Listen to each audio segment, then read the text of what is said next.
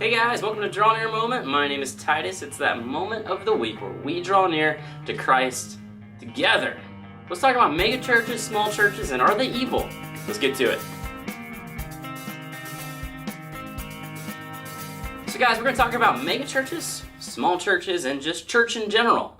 And you may wonder why. Well, sometimes in church, I think we get our eye off the ball a little bit. Like, the pitcher's getting ready to throw the ball, we're standing at the plate, and then we just kind of get a little distracted. We're like, oh, looking over here. Sometimes churches get in a little bit of fights with one another. Some pastors have not really nice things to say about mega churches. Sometimes mega churches, kind of can maybe return the favor sometimes. And we kind of get our eye off the ball a lot of times in church and just church in general. Now, you may wonder before I jump into this, what kind of church do I go to? Because that could flavor my opinion a little bit. Well, the truth is, I go to a really small church. It's about 100 people or so, but I live in Megachurch Central. Seriously, like within 30 minutes, there are probably 10 or more megachurches. Seriously, like massive churches. I could go outside right now, take a rock and whip it, and I could probably hit somebody that goes to one of those churches. Seriously, they're everywhere. And I've been to a couple of them just to kind of get a sense of what they do. And it's kind of interesting, and I've learned a lot from doing those certain things. So before I jump into that, you may wonder, why do we church at all? Like, what's the point of church? And it actually kind of comes back to a verse. A lot of churches center around this particular verse. It's in Matthew 28:19. It says, "Therefore go and make disciples of all nations, baptizing them in the name of the Father, the Son, and of the Holy Spirit, and teaching them to obey everything I have commanded you. And surely I'm with you always to the very end of the age." Okay, now this is a verse a lot of churches center around, like the point of their church and all that stuff. And now you may be like, "Ha, Titus, gotcha." Like, it doesn't say go and church all nations, it says go and make disciples of all nations. So church in general is stupid. So I'm gonna sleep in on Sundays. No, that's not really, that's, if you read further into it, like into Acts, like what happens after Jesus says all this stuff, the first things they start doing is churches. They start building churches. They start going to different cities and building churches. Those churches would reach that community. So, sorry, you're not off the hook for going to church on Sundays. Of course, I don't think it's a sin not to go, just whatever. Anyway, but it's good to go. Anyway, but I will say this. One thing that's interesting about Acts is the very first church was actually a mega church. You may be like, wait, what? No, that can't be right. No, it was. It says, Peter got up and preached and all that stuff, and it says 3,000 people were added to their number that day. First church, mega church. Pretty crazy, right? That's a lot of people on one day. I mean, that's a good day to be in a church, that's for sure. Imagine if, my church with 100 people, 3,000 people were added to that one day. That would be crazy. That would just be, exciting, but intimidating and just nuts. I mean, that'd be... Anyway, just crazy. So let me just kind of talk about a couple of things about megachurches that make megachurches a little bit unique, and then we'll talk about small churches too. One thing I've noticed, and this is one of the first experiences I've ever had with a megachurch, is when I was in high school, I actually knew a lot of people, because there were a lot of people that went there, and I'm a human being, and so I associate with other human beings, and maybe you don't do that, but I do. Anyway, I don't know. Anyway, so I met some people that, I was like, wow, that person is so far from God, it's not even funny, there's no way. And then I would find out that, no, they go to this church called Grace down the street. And it was kind of a mega church. It wasn't quite a mega church, but it's kind of like that. And it kind of flavored my opinion of mega church from the very beginning. It's like, wait, I didn't think you knew anything about God. There's no way. You were one of the worst people I know. I would never tell them this, but that's what I'm thinking, because I'm human. And you were one of the worst people that I know. How in the world do you go to church? And that was my first things where I was like, man, mega church, bad. Can't be good. If a lot of people go to church, that's a bad thing, clearly. But the more I started thinking about this, a lot of times you can get ungenuine people that go to the church.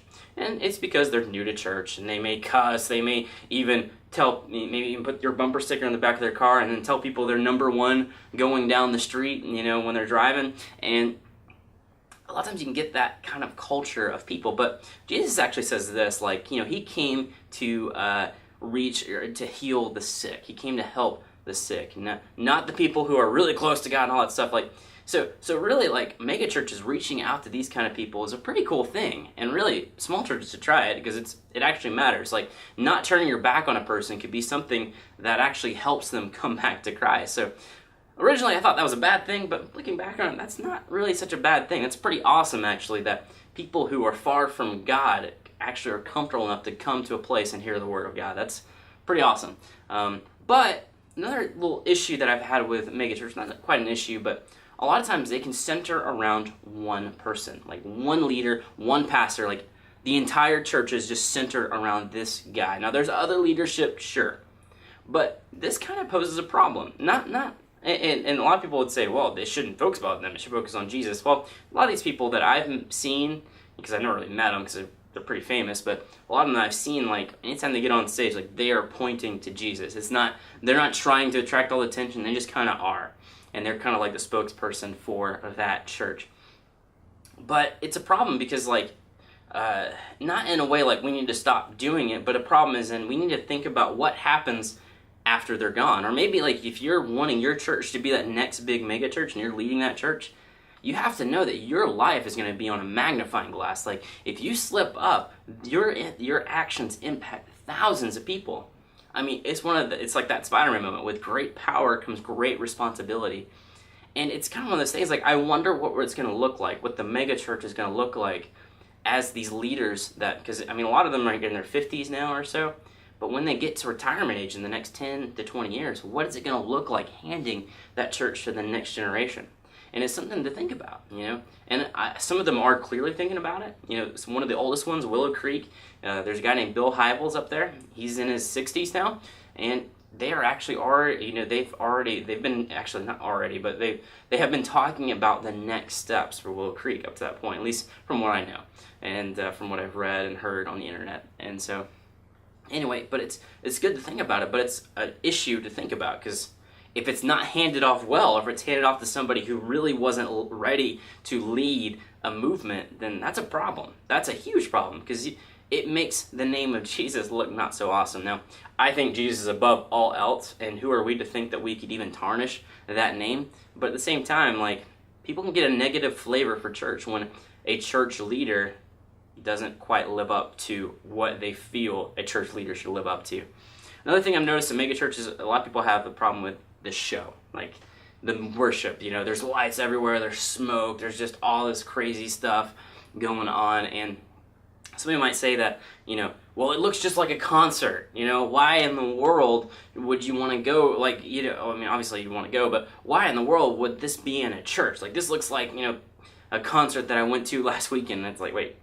So you know what a concert's like? So you're, what? It's this weird thing where it's like, why would we put that in a church? And I think I had a problem with this for maybe a couple weeks, because, I'm an old church culture a little bit, but the more I started thinking about it, the more I started, like, looking into it and all that stuff, it became clear. It's like, why can't we learn from these other events going on, these events that are attracting people? Why can't we learn from them? If it's not a sin, if it's not against the Bible, what's the problem with bringing some of those elements into church to making church more awesome?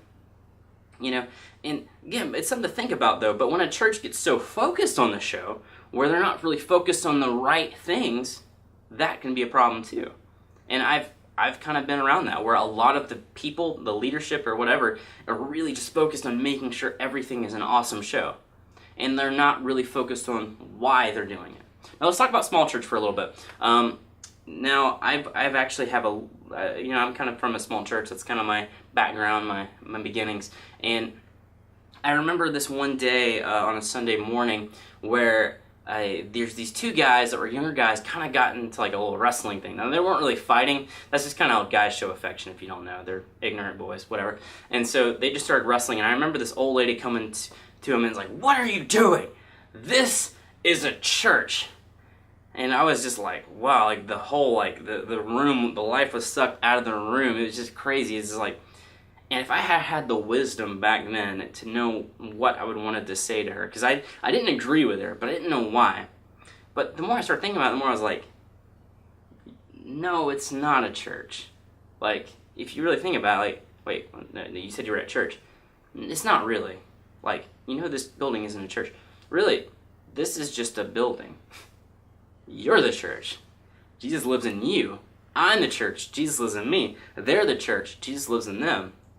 And really, this is just a building. Like, and obviously, if they're breaking stuff and all that stuff, obviously you need to stop it. But when they're just kind of, it's just this negative thing where it's like some people like in the old, the older generation, all that kind of stuff, they get this into like, this is a church mentality. They have this pride, like we're just going to go do church. And then they kind of have this, like, they sometimes will blast mega churches for doing what they're doing. It's like, that Jesus would never, God's going to judge those churches and all that stuff. And it's kind of this weird thing, And I've noticed that a lot of times in small churches, we can get focused on the wrong things. Now, I think mega churches can do the exact same thing. But a lot of times it's finances, because clearly, like, a lot of the money and a lot of the people are going to these mega churches to help fund that. And to be a part of that.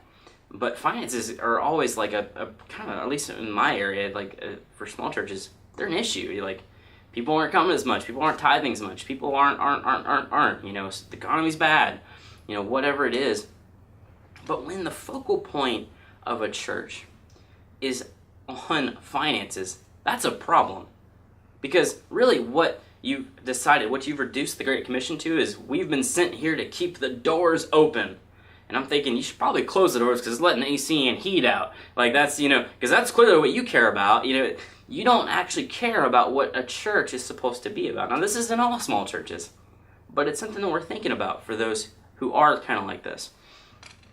Because really, what a church is supposed to be is about everyone who's not in the church. Now, this is a problem because people outside the church don't show up on Monday morning, after the Sunday or after Sunday, to start complaining like, hey, you guys are doing this, you guys are doing this, you guys are doing this, like, that music needs to be less loud. They don't come in and complain, but it's the people who are actually inside the church that are like, hey, I don't like this, I don't like that, and if we don't do this, I'm leaving, I'm taking my tithe check with me. And I'm sure people don't say that, but that's kind of like an implied thing, where the focus can get on the wrong thing. Now, this is the kind of the center of what I want to talk about, the focus.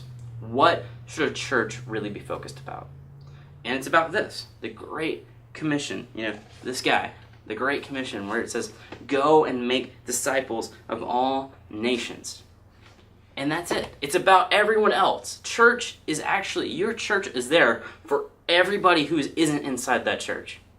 And when you get so focused on the people inside of it that you're not worried about the people outside of it, that's when your church becomes stagnant and dies. It happens all the time. So in conclusion, I just kind of want to end on this thought that I'm grateful that there are all kinds of churches out there. I don't think this is a one-size-fits-all world. I think that there should be all kinds of different types of churches. I think we should be trying all kinds of different things. Now, I think it's cool when we can learn from each other, like, oh, they tried this kind of thing, they worked really well over there, let's pull it over here. Oh, they did this kind of cool stuff, let's pull it over here. I think that's really cool, but at the same time, I think every church should strive for their own vibe and just strive to, like, kind of put their finger on the pulse of their community. What can we do to reach our community? What's wrong? What's ill with our community? How can we reach those there? And that's awesome thing to think about, and that's something that's challenging, and that's something that's like, how do we do that? But really, it's something worth thinking about. I don't think small churches are evil. I don't think big churches are evil. I may have sounded like I was chastising one or the other at any point, and the truth is, I think all of them are needed to reach the world. Thank you guys for joining me for this episode of Draw Near Moment. I seriously do appreciate it, and if it was helpful for you, let me know with a like and subscribe and whatever. But I hope that it was something that, you can kind of take with you and think about, like, it takes all kinds of churches to reach a world. It takes all kinds of different strategies and different tactics. We need to strive to be different. And I hope it's that in that trying to be different that we can reach all the different types of people out there. Anyway, thank you guys for joining me, and you can join me again next week for another Draw Near Moment. I will probably be talking about something that's not like this, something more spiritual. So anyway, join me next week for another episode of Draw Near Moment. See ya.